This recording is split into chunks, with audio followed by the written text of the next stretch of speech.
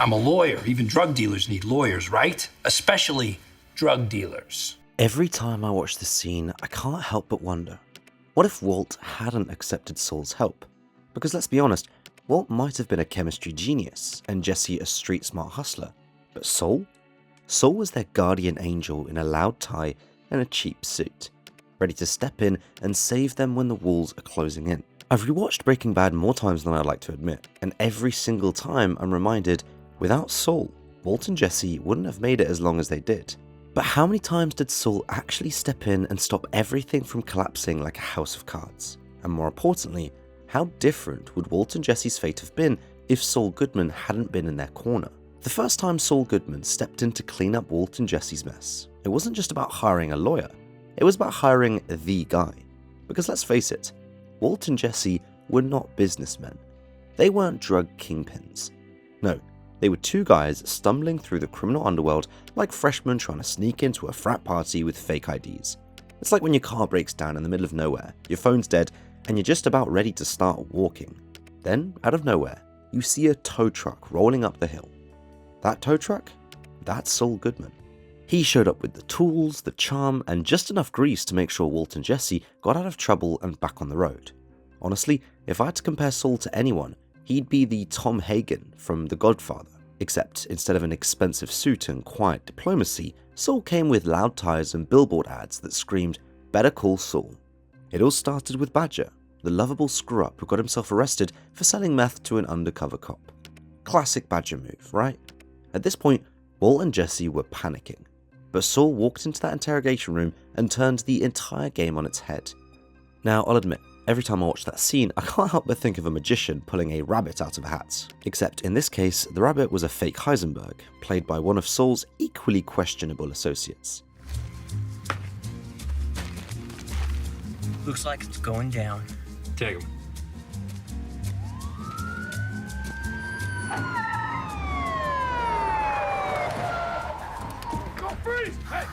Here's what's brilliant. Saul saved Badger and played the system like a well-tuned piano. It was like watching George Washington cross the icy Delaware River on Christmas night to surprise the Hessians at Trenton. He didn't just follow the rules of war, he rewrote them, turning an almost certain defeat into a defining victory. Instead of letting Walt and Jesse panic their way into disaster, Saul orchestrated a plan. He brought in Jimmy In and Out, a guy whose entire career revolved around taking the fall for other people. It wasn't Saul himself in the spotlight, but it was definitely his genius at work. Without him, Walt might have marched into that police station armed with nothing but chemical formulas and blind arrogance, while Jesse probably paced nervously outside, vaping like his life depended on it. Saul was the buffer, the middleman, the guy who could talk his way out of a firing squad and still get a signed autograph from the executioner. And this moment matters because it set the stage for everything that followed. It was about keeping Walt and Jesse in the game, clearing their created mess. But here's the thing about cleaning up one mess. It usually leaves a trail to the next disaster. And for Saul, disaster was always waiting around the corner. The second time Saul Goodman swooped in to save Walt and Jesse, it wasn't just damage control, it was disaster prevention. Walt and Jesse had managed to turn their RV, a rolling meth lab, into the most wanted vehicle in Albuquerque. Hank Schrader, DEA agent and Walter's brother-in-law, was closing in fast. If he had found that RV, the game would have been over. This wasn't a hypothetical close call, it was seconds away from becoming reality. Hank was parked right outside the RV, phone in hand, about to make a call that would seal Walt and Jesse's fate. Like, game over, series final, roll credits. It was like that heart-stopping moment when someone grabs your phone and starts scrolling through your internet history. You know it's over. No amount of explaining or panicked lunging is going to save you now. But Saul?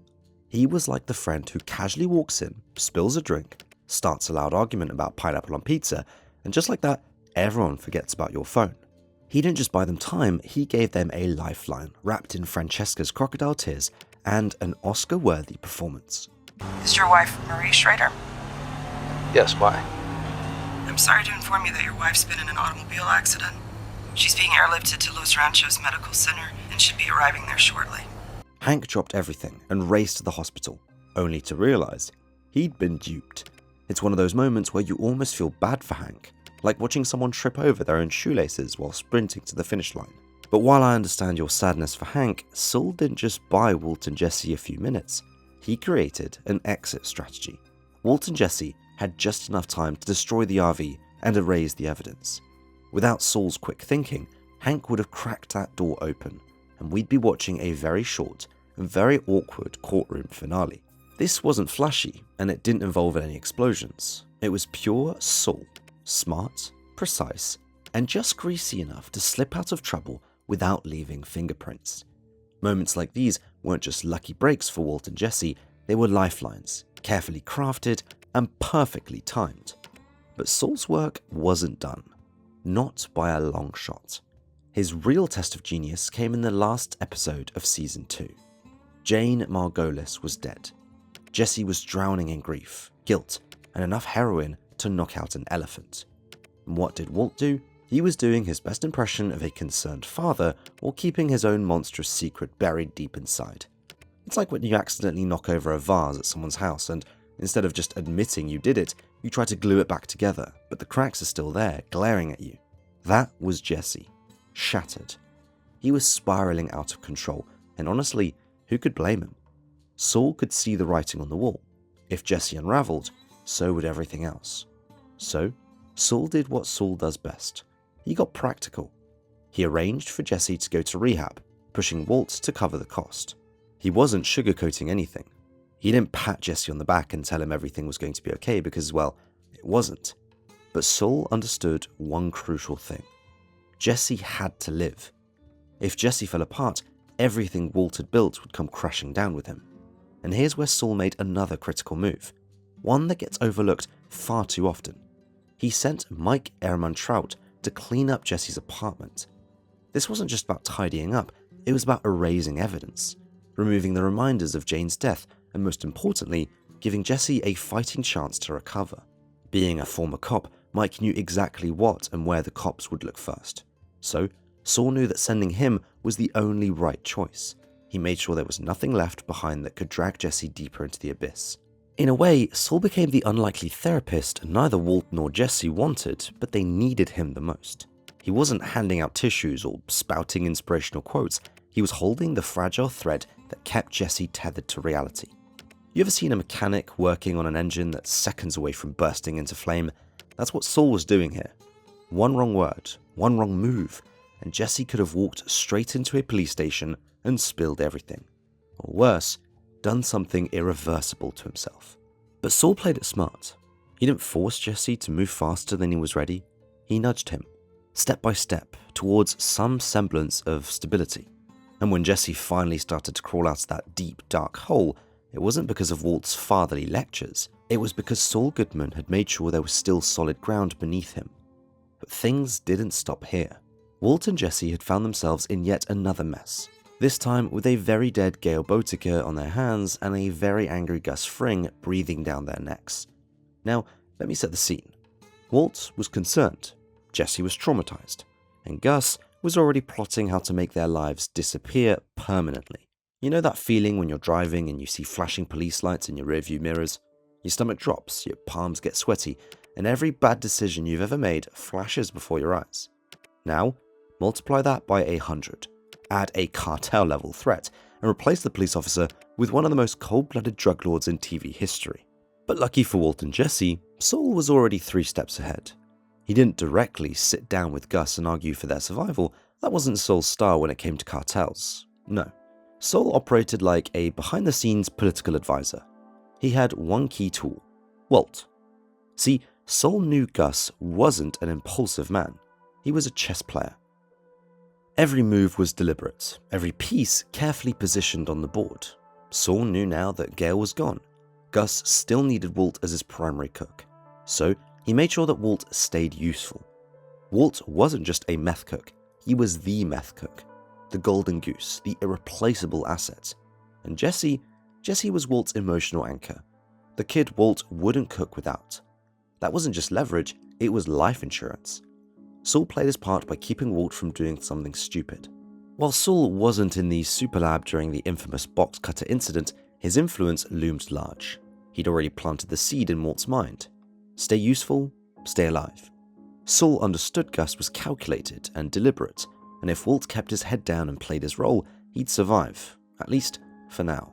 He understood that the moment Walt or Jesse acted out of panic, Gus would have zero reason to keep them alive. Though with lower stakes, Walt and Jesse's situation here resembled that of the Cuban Missile Crisis, when the world was seconds away from nuclear war. Behind closed doors, Robert F. Kennedy met with Soviet Ambassador Anatoly Dobrinin, striking a secret deal that pulled humanity back from the brink. In Walt and Jesse's standoff with Gus, Saul was that quiet, stabilizing force, advising, planting ideas, and stopping Walt from escalating the situation into an all-out disaster. Without Saul's advice, without his ability to see 2 steps ahead, Walt might have walked into that superlab and tried to science his way out of certain death. And Jesse might not have made it out at all. And honestly, it's not just what Saul said, it's how he delivered it. Stay. Face the music. Hey, how much time have you got left? That signature Saul Goodman grin, the half shrug, the carefully measured charm, it worked wonders on Walt. It kept him focused, calmed his paranoia, and most importantly, gave him the confidence to play his role in the delicate balancing act. Because in a game where every word and every move could mean life or death, Saul knew how to keep his players on the board. Walt played the golden goose, Jesse played the emotional lever, and Saul, he played the strategist. Every piece was in place, and for a brief moment, the explosion was avoided. But if there's one thing we've learned about Breaking Bad, it's that calm isn't peace. It's just the silence before the next storm. By the time we reached the final chapters of the show, the walls weren't just closing in, they were crumbling. Walt's empire was in ruins. Jesse was a broken man in chains, and Saul was staring down the barrel of consequences he'd spent his entire career dodging. This wasn't about clever tricks or smooth talking his way out anymore. This was survival mode. Enter Ed Galbraith, better known as the Disappearer, a man whose entire business revolved around making people vanish. No more fingerprints, no more records, just a new identity and a one-way ticket to nowhere, USA.